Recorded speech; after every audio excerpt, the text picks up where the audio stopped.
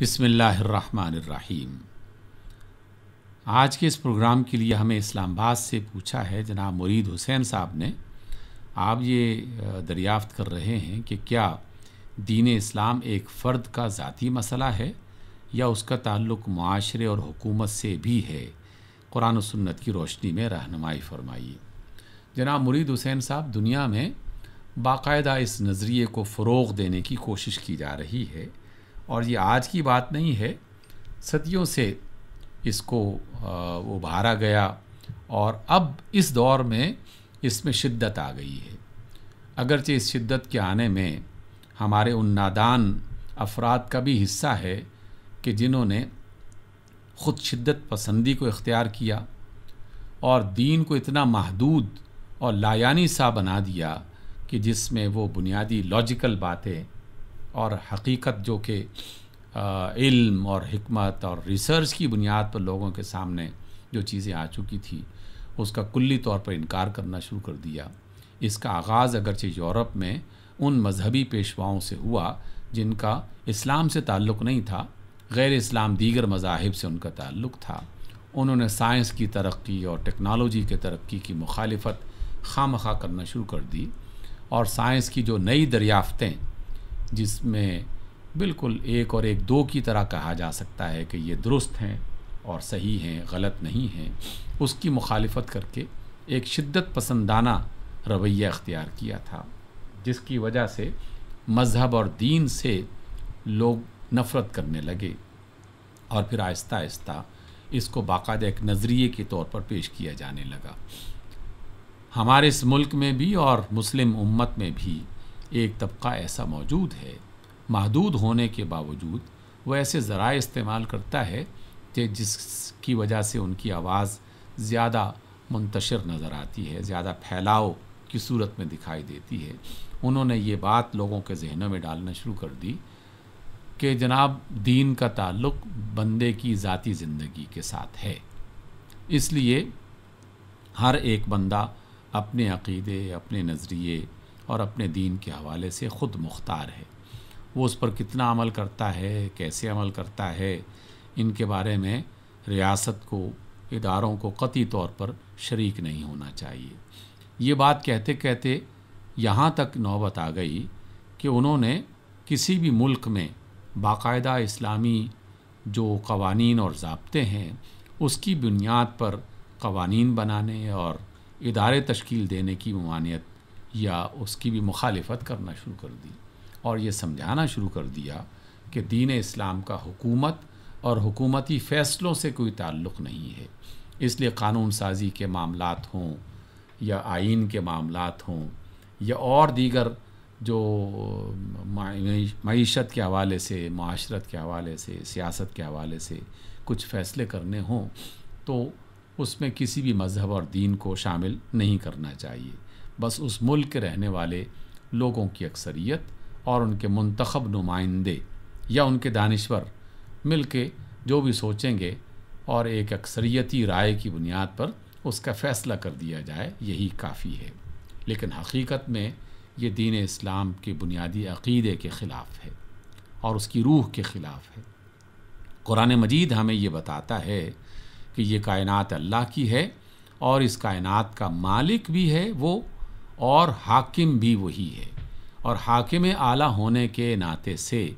اللہ رب العزت نے بہت ساری باتوں کا فیصلہ اپنی قدرت اور اپنے اختیار کی بنیاد پر کر دیے ہیں۔ اس لیے جو فیصلہ اللہ کی طرف سے کیا جا چکا ہے اس میں دنیا بھر کے لوگ بھی اگر اکٹھے ہو جائیں تو کوئی تبدیلی نہیں کی جا سکتی۔ یعنی اللہ نے جس چیز کو حرام کر دیا، اب دنیا کے تمام ادارے، دنیا کی مختلف قومی اسمبلیاں، سینٹ، دانشور، وہ اگر یہ کہنا چاہیں کہ نہیں، اللہ کی اس حرام کردہ چیز کو ہم حلال کرتے ہیں اور آج کے دور کی یہ ضرورت ہے اور ہم اسے جائز قرار دیتے ہیں، تو وہ اسے جائز قرار نہیں دے سکتے۔ لیکن یہ کسی اسلامی مملکت میں ہی ہو سکتا ہے جو ملک ہے ہی نہیں اسلامی، اور اس میں انہوں نے اس کے آئین اور اس کے دستور کو شروع ہی سے غیر اسلامی قرار دے دیا ہے، اور اس کی بنیاد پر وہ فیصلے کر رہے ہیں۔ ہم ان کی بات نہیں کر رہے، بات ان ممالک کی جا رہی ہے کہ جس کی بنیاد ہی باقاعدہ قرآن و سنت کو رکھا گیا ہے۔ اس اعتبار سے دین ایک فرد کا نام نہیں ہے، کیونکہ دین صرف نماز روزے کا نام نہیں ہے، اور دین صرف شادی بیاہ کے موقع پر کچھ کام اختیار کر لینے کا یا کچھ رسم و رواج کی وہ باتیں جو دین اسلام نے ہمیں سکھائی ہیں ان تعلیمات کا نام نہیں ہے، بلکہ دین ایک مکمل پیکج ہے جس میں انسان کی معاشرت، اس کی معیشت، اس کی سیاست، اس کے ملک کے قوانین، اس کے تمام زندگی کے معاملات، اس کا کلچر، وہ سب شامل ہو جاتا ہے۔ اور اس کی بہت آسان صورت یہ ہے کہ اللہ رب العزت نے کچھ کاموں کو حرام قرار دے دیا ہے، اور وہ اپنی تعداد کے اعتبار سے بہت کم ہیں اور بہت ہی لمیٹڈ ہیں، محدود ہیں۔ کچھ باتیں حرام کر دی گئی ہیں، اور ایک باؤنڈری لائن جسے ہم حدود کہتے ہیں ان کا تعین کر دیا ہے کہ تم اس حد تک جا سکتے ہو، اس سے باہر نہیں جا سکتے۔ اور یہ بالکل لاجیکل بات ہے۔ پاکستان ایک ملک ہے، پاکستان ملک کی حدود ہیں، باؤنڈری لائنز ہیں، اور ہر ایک شہری کو یہ پتہ ہے کہ پاکستان کی باؤنڈری لائنز کہاں پہ جا کے ختم ہوتی ہیں اور کہاں سے شروع ہوتی ہیں۔ کوئی بھی شخص بغیر اجازت کے نہ اسے کراس کر سکتا ہے اور نہ اندر آ سکتا ہے نہ باہر جا سکتا ہے۔ ہم اس بات کو لاجیکل کہتے ہیں کیونکہ یہ ملک کے قانون کے مطابق ہے۔ تو جس طرح ملک کے قوانین بنائے جاتے ہیں، اللہ رب العزت نے بھی انسانی معاشروں کے لیے کچھ قوانین بنائے ہیں کہ یہ زمین میری ہے، میں نے اسے تخلیق کیا ہے، کچھ وقت کے لیے تمہیں یہاں زندہ رہنے کے لیے اجازت دے دی ہے، تمہاری بنیادی ضرورتیں پوری کرنے کا پورا اہتمام کر دیا ہے، البتہ جب تک تم میری زمین پر رہو میرے حکم کے مطابق ان حرام کردہ چیزوں کے قریب نہ جاؤ۔ اور بڑی تعداد میں کام اور چیزیں اور نعمتیں اللہ تعالیٰ نے حلال کر دی ہیں، یعنی آسانیاں زیادہ ہیں، پابندیاں کم ہیں، لیکن ان تھوڑی سی پابندیوں کو بھی اختیار کرنے میں شیطان خوش نہیں ہوتا، اور انسانی ذہنوں میں یہ الجھن پیدا کرتا رہتا ہے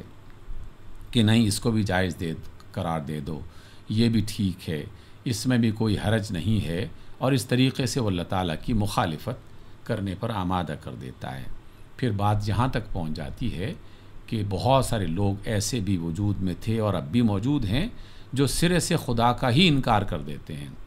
آخرت کا ہی انکار کر دیتے ہیں، جنت اور دوزخ کا انکار کر دیتے ہیں، کبھی مذاق اڑاتے ہوئے اور کبھی بالکل واضح واشکاف انداز میں انکار یعنی کفر کے راستے پر چل پڑتے ہیں۔ اس لیے دین اسلام بہت سارے معاملات میں فرد کو فرد کی صورت میں آزادی دیتا ہے، لباس میں رنگ کون سا ہو، ڈیزائن کون سا ہو، کھانے میں کون سی چیز کس طرح پکائی جائے، ان سب میں، اور زندگی کے دیگر بہت سارے ہزاروں معاملات ایسے ہیں جس میں فرد کو آزادی ملی ہے۔ چند ایسی چیزیں ہیں جنہیں اللہ نے باقاعدہ حرام کر دیا اور اس کی وضاحت فرما دی کہ بس ان چند باتوں سے اپنے آپ کو بچا کے رکھو، تو باقی تمہیں آزادی ہے، جس طرح چاہو جیو اور جس طرح چاہو رہو۔ تو اس اعتبار سے اگر کوئی شخص دین اسلام پر غور کرے گا اور اس کا مطالعہ کرے گا تو زندگی آسان ہو جائے گی، بے شمار حکمتیں اسے میسر آئیں گی، وہ جان جائے گا کہ اللہ تعالیٰ نے کس کس طریقے سے انسان پر اپنی رحمت اور اپنی کرم نوازی جو ہے وہ اس کا اہتمام کر رکھا ہے۔ اللہ کا جو بھی حکم ہے وہ انسان کے لیے مفید ہے، اس کے بھلے میں ہے، اس کو سہولت فراہم کرتا ہے، اس کی عزت میں اضافے کا ذریعہ بنتا ہے۔ اگر اس طریقے سے اسلام کے بارے میں غور کیا جائے گا تو مشکلیں آسان ہو جائیں گی۔ اس لیے یہ فرد کا معاملہ بھی ہے اور معاشرے کا معاملہ بھی ہے اور حکومت کا مسئلہ بھی ہے۔ جہاں بھی کوئی فیصلہ کیا جائے تو اللہ کی طرف سے تعلیمات کا اور رسول اللہ صلی اللہ علیہ وسلم سے ملنے والی تعلیمات کا لازماً خیال رکھنا چاہیے۔